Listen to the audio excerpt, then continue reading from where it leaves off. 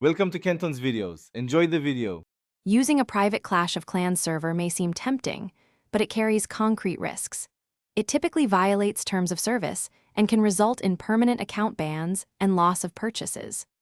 Unofficial servers can host malware, expose login credentials, or collect personal data without consent. They lack official security updates and anti-cheat protections, increasing the chance your device or account will be compromised. Consider risk versus reward carefully, and avoid entering passwords or payment details on any untrusted server.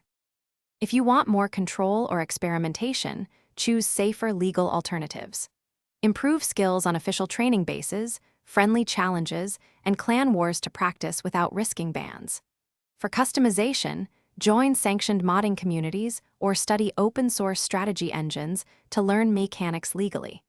If you need a private environment, host a local test server on your PC for development and testing only. Never expose it publicly or use real account credentials.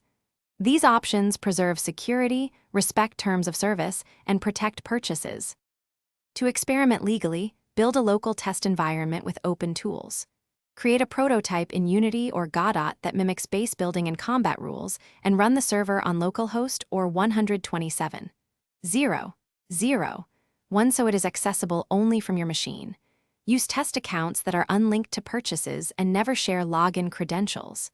Keep backups of game data, restrict any network ports, and avoid publishing the server. This approach teaches networking and game design while staying within legal and security boundaries.